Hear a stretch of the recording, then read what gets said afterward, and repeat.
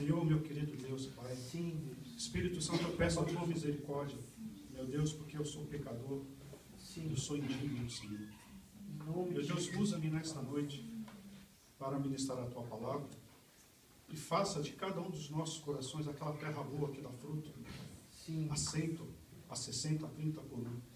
Meu Deus, e que o teu povo possa viver conforme a tua vontade, Sim. a tua palavra.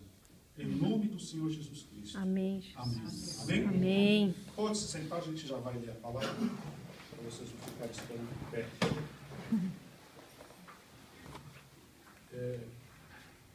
Esse louvor que foi cantado hoje aqui da Bruna Carla me lembra um pouquinho da minha vida e deixa a gente até emociona, né? Mexe com a gente, porque a gente passa muitas situações em que olha ao lado, ao redor e não vê uma saída, né? Mas principalmente durante esses 6 últimos anos, Deus tem ensinado tremendamente, tem me feito ver Ele nos meus caminhos, né? Na minha família. Amém. E eu dou glória a Deus por tanta misericórdia. E uma das coisas que eu acho muito importante para a gente é muito bom conhecer a palavra, né? A palavra de Deus. Mas um cuidado que a gente tem que ter é de não ser como Nicodemos, mestre, né? Naquela época em Israel. E Jesus conversava com ele e ele não compreendia, a ponto de Jesus falar: você é mestre e não entende essas coisas que eu estou falando? Então, eu quero que, muito mais do que o meu querer, né, o querer de Deus, é trazer para cada um de nós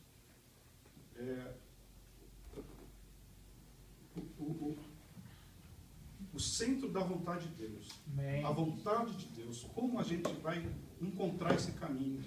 Amém, pessoal? Amém.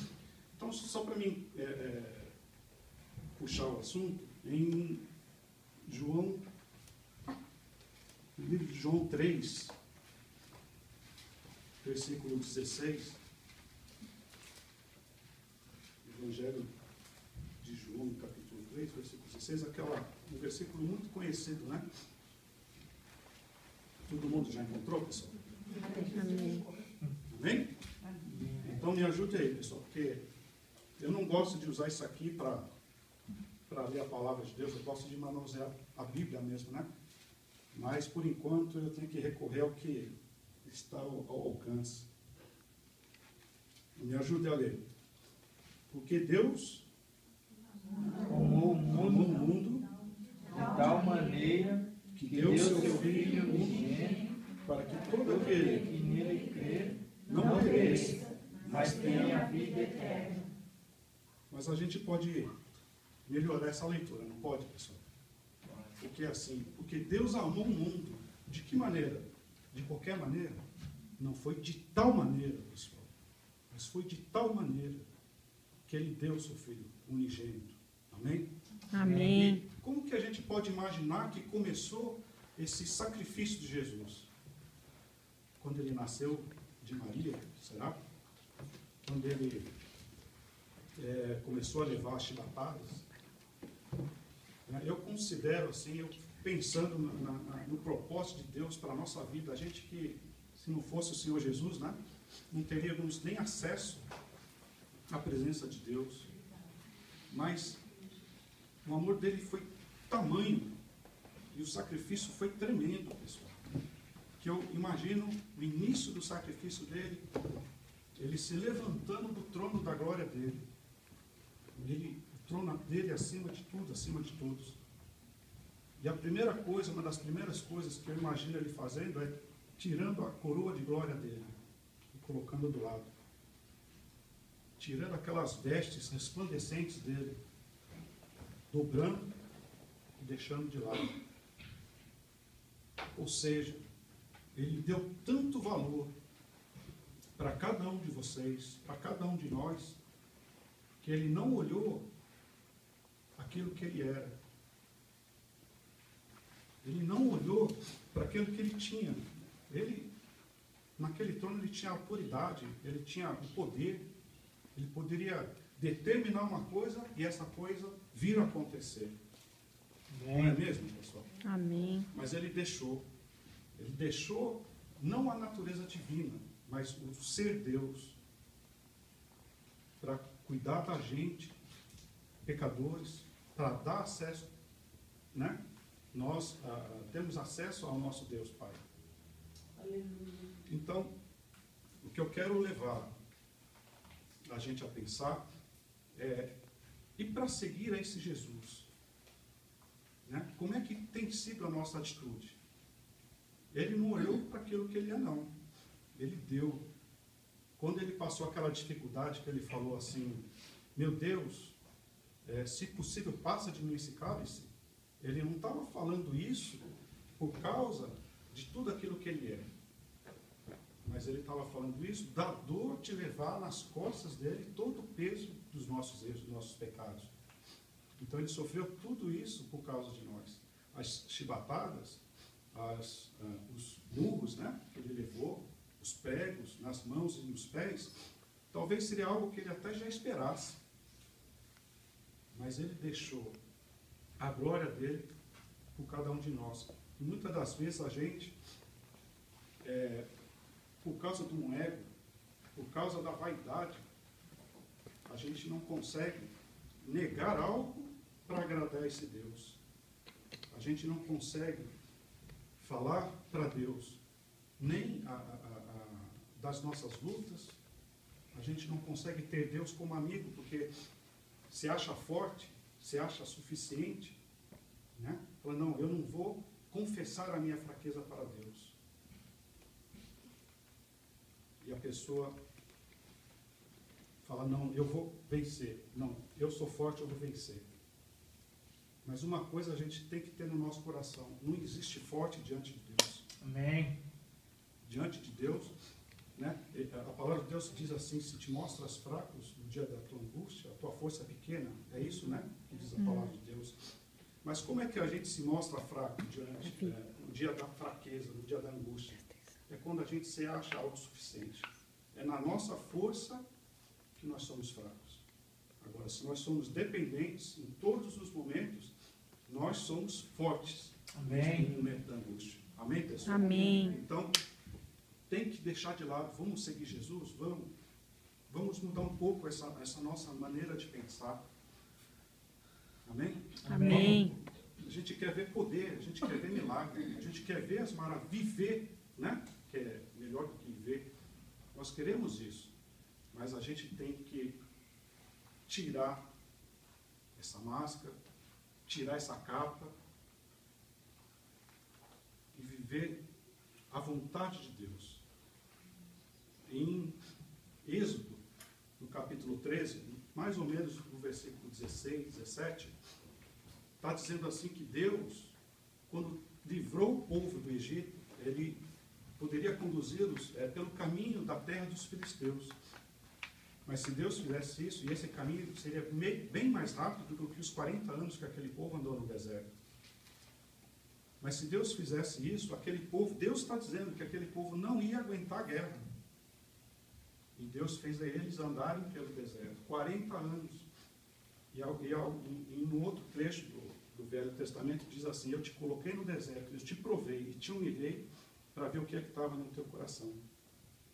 Ou seja, aqueles 40 anos foi para que o povo fosse moldado. Amém.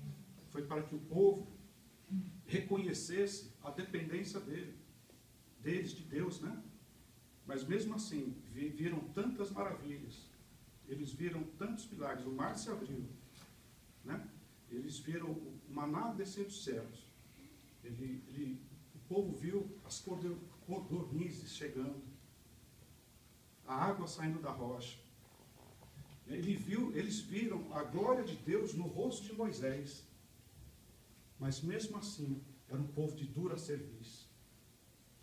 Eu não lembro quantos eram exatamente, mas eram alguns milhões, não é, pessoal? Algumas centenas de milhares de hebreus. E daquele povo todo, 2, Josué e Caleb, tiveram um espírito diferente. Tiveram um coração obediente, de verdade. E eles entenderam qual era a vontade de Deus. Por isso, eles sobreviveram esses 40 anos e ainda lutando, tomaram a posse daquela terra prometida. Então, muitas das vezes, a pessoa é levada a uma situação em que ela fala, não aguento mais. A pessoa chega a um ponto, meu Deus, eu não suporto mais essa doença, eu não suporto mais a miséria.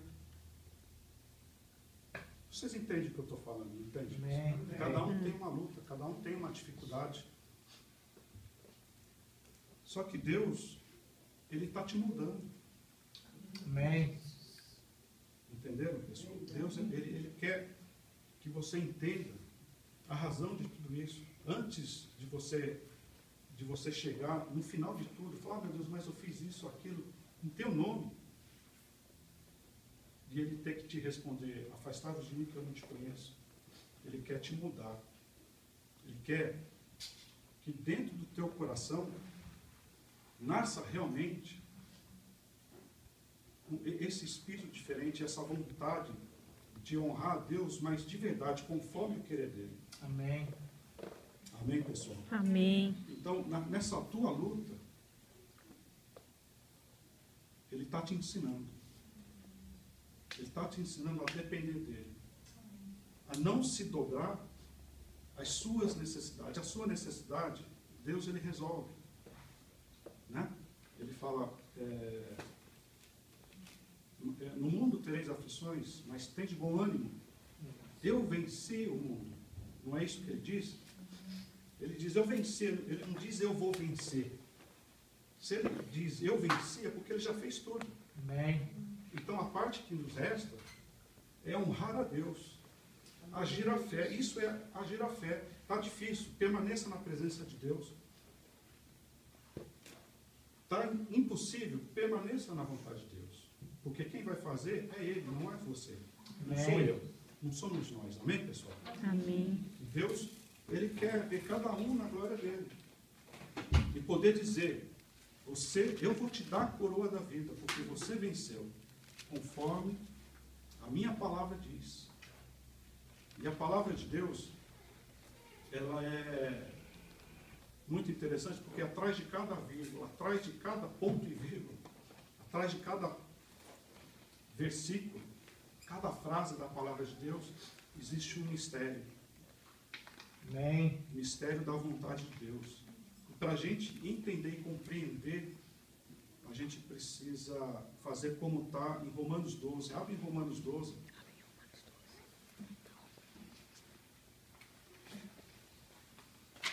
Em Romanos 12.